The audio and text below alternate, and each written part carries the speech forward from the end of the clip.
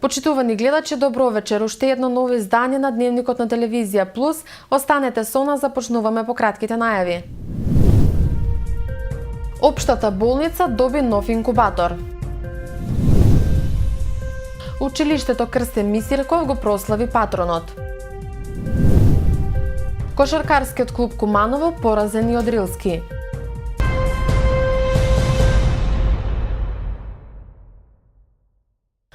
Одделот за гинекологија и акушерство доби нов инкубатор, донација од влада на Република Македонија. Директорката Снежана Захариева се надева дека со помошта која ја добиваат од ресорното министерство, Македонија веќе нема да биде на врвот на листата на Европа по смртност на новороденчиња.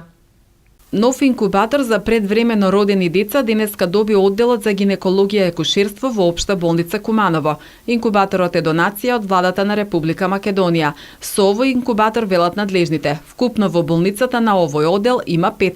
Не само што се радуваме што сме добиле нова апаратура и ново место кое што ќе им помогне на предвремено родените деца да бидат згрижени адекватно како што треба, туку ќе кажам дека ова е знак дека грижата за најмалите пациенти се води онака како што треба. Би биле радосни ако можеме и подобро кадровски да се екипираме, бидејќи апаратурата е еден од сегментите за подобрување на здравствената заштита на новороденчињата, но потребно е да имаме и доволно медицински персонал. Апаратот е нов, софистициран, со сите потребни додатоци кои што се потребни за да представуваат адекватна средина за едно предвремено родено бебе, а исто така ќе биде и олеснителна околност за клиниката за гинекологија и акушерство, каде што најтешки и клиниката за педиатрија, одделот за интензивна нега, каде што се згрижуваат овие деца, кои по стабилизирање на состојбата ќе може да бидат вратени во нашата матична установа. Инкубаторот е дониран пред утрешниот светски ден на предвремено родени деца 17 ноември. Директорката Захариева се надева дека со помошта која ја добиваат од Министерството и владата и во овој контекст грижата за новороденчињата, Македонија веќе нема да биде на врвот на листата на Европа по смртност на новороденчиња.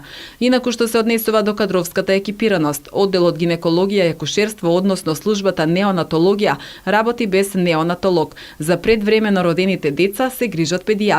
По однос на кадровскиот потенцијал, значи акушерки има 35,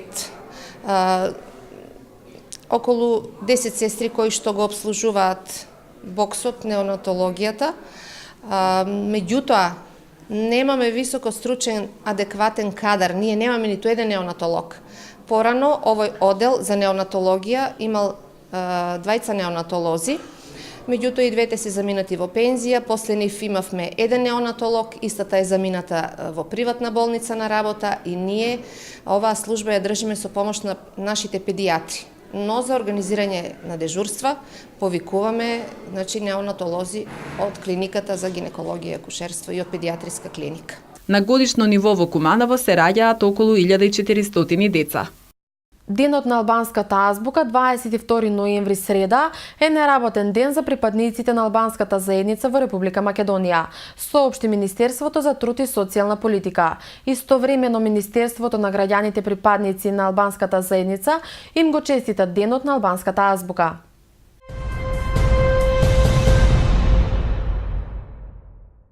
Три лица, меѓу кои 22 годишен кумановец, заработија кривични пријави под сомнение дека од Куманово набавиле марихуана во вкупна тежина од 1,3 килограми и истата ја препродавале во Штип.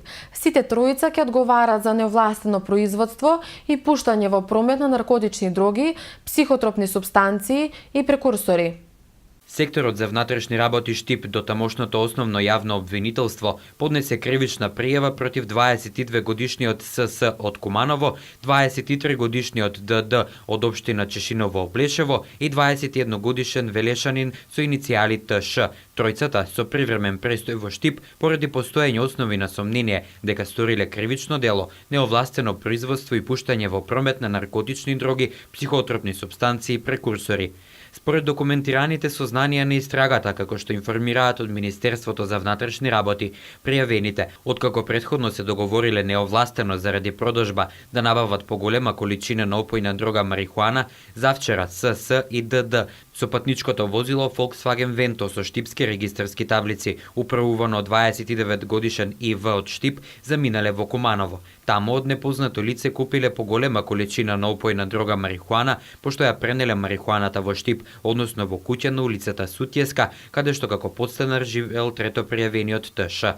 По претходно добиени оперативни сознанија од страна на полициски службеници, преземени се мерки за документирање на случајот и со обезбедена наредба од Основен суд Штип извршен е претрес на тројцата пријавени и во куќата на улица Сутјеска, при што пронајдени од земени се вкупно 1340 грама наркотична дрога марихуана, спакувана во неколку најлонски ќеси, со намера истата да ја продаваат на лица уживатели на дрога. Од страна на судија на претходна постапка на пријавените, одредена им е мерка притвор во трајање од 30 дена.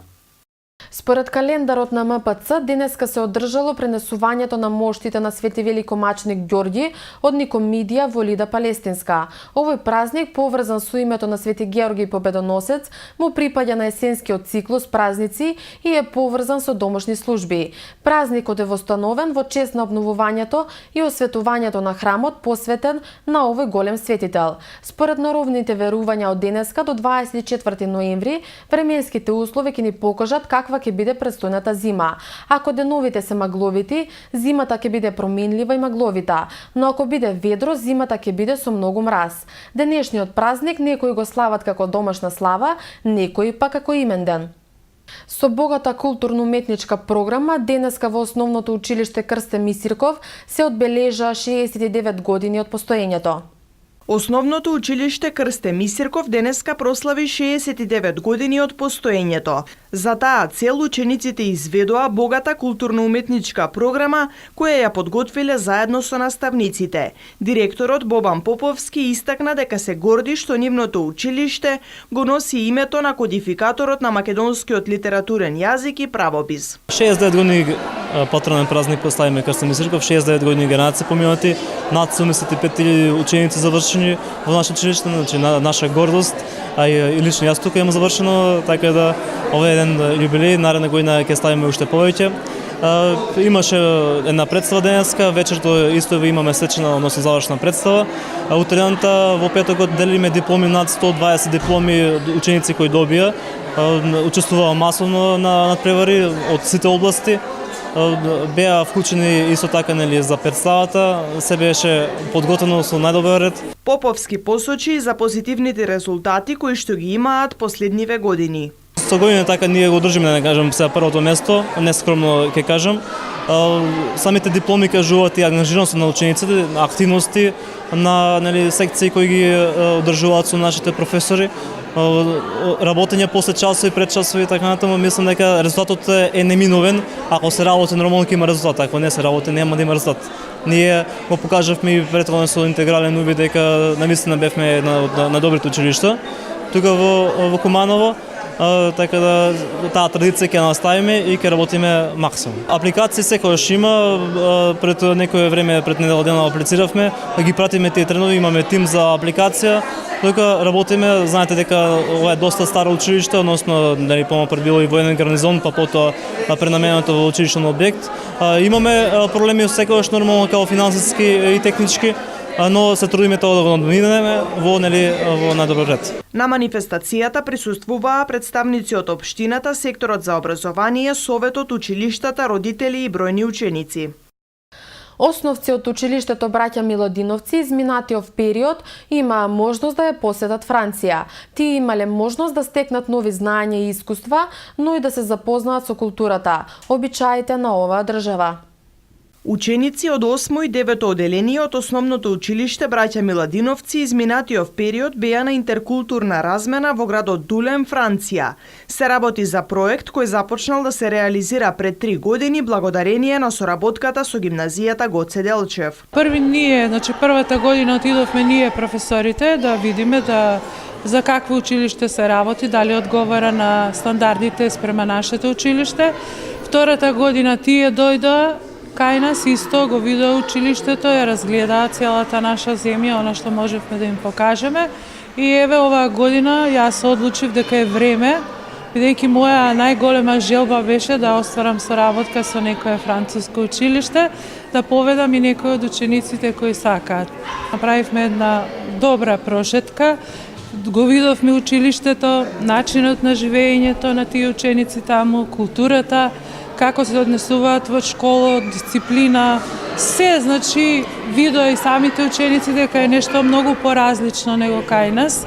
Плюс тоа, во меѓувреме направивме неколку екскурзии, низ кои ја запознавме Франција за она што учиме во нашите учебници, можеа на лице место да го видат.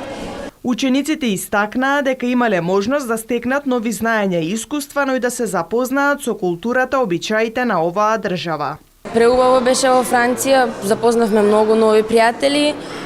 Со нив комунициравме на француски, англиски, научивме многу повеќе француски јазик од што знаевме, ги проширивме нашите знаења и нашите искуства. Училиштето е различно од нашето и стекнавме некое знаење, видовме нови начини на изучување. Од таму имаат поголеми одмори, така, после слободени часови и е полесно. Ми беше преубаво да престојам во Франција во тоа семејство. Таму запознав многу други другари и во школата ми беше многу поубаво. Надлежните информираа дека е планирана и возвратна посета која треба да се случи во април наредната година. Учениците од Кумановската гимназија Гоце Делчев денеска ја одржа првата редовна крводарителска акција за ова учебна година во соработка со Црвениот крст и Институтот за трансфузиона медицина. На оваа акција, како што информираше одговорниот наставник Драган Илиевски, од пријавените 104 ученици, крв дарувале 72 средношколци. Инаку гимназијата, како и останатите средни училишта од градот, годишно имаат по 2 крводарителски акции, на кои заинтересираноста на учениците секогаш е на задоволително ниво.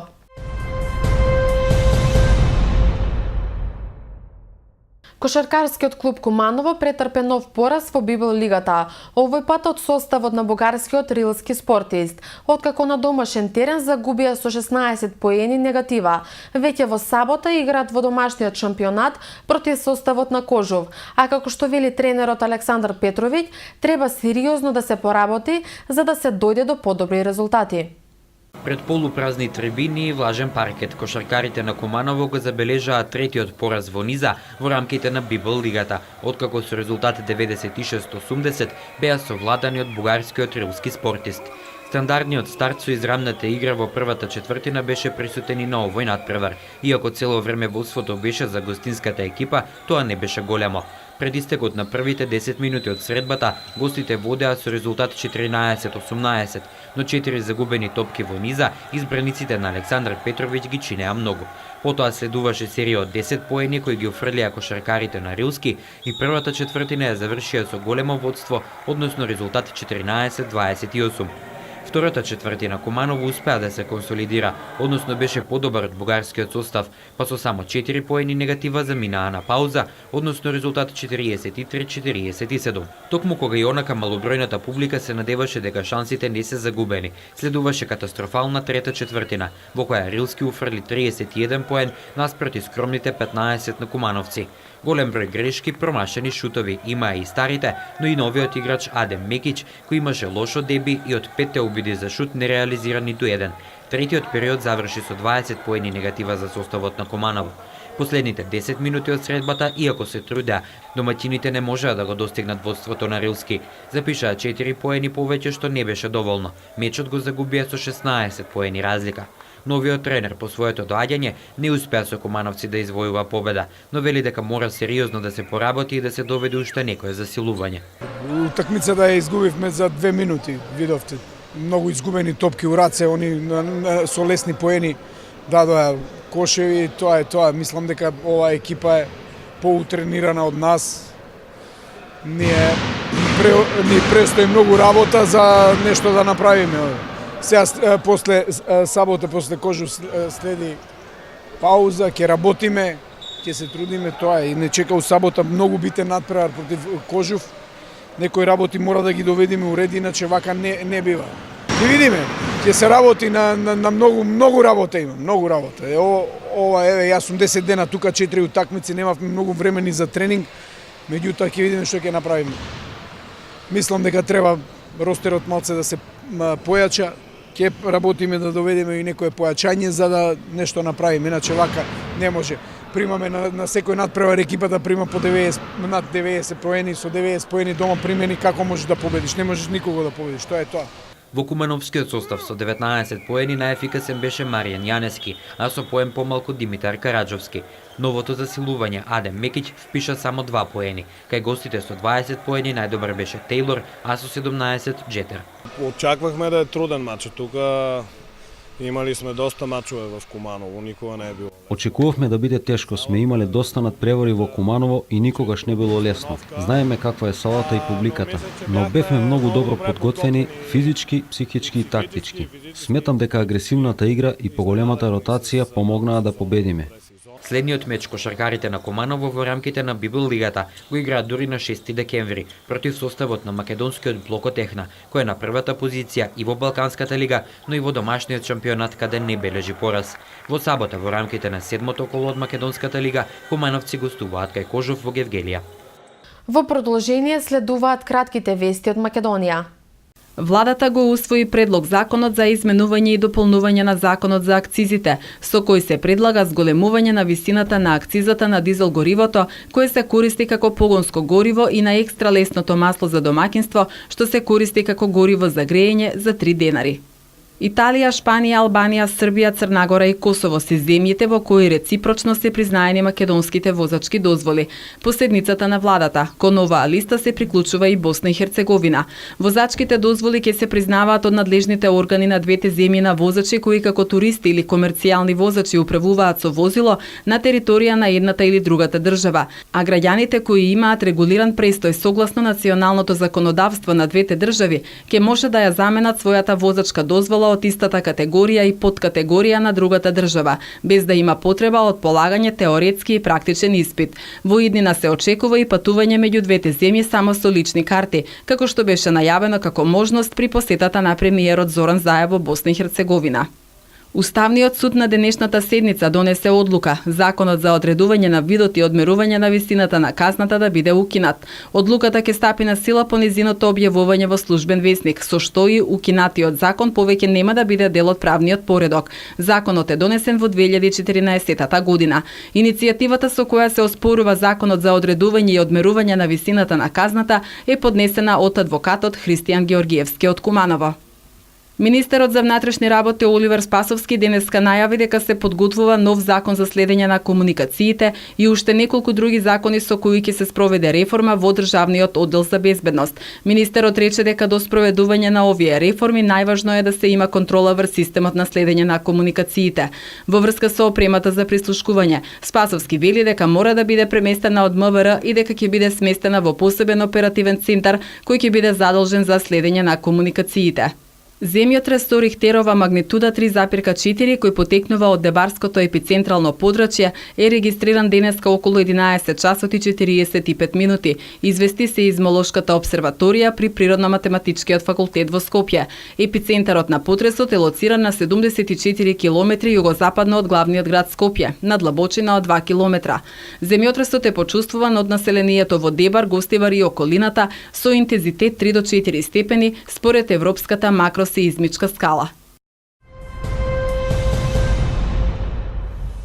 Времето денеска во Куманово беше облачно со дожд, а дуваше североисточен ветер. Максималната температура изнесуваше 12 степени, а минималната 7. За утре метеоролозите најавуваат облачно време со дожд, а ќе дува северен ветер. Дневната температура ќе достигне до 11 степени, додека утринската ќе се намали до 6 степени Целзиусови.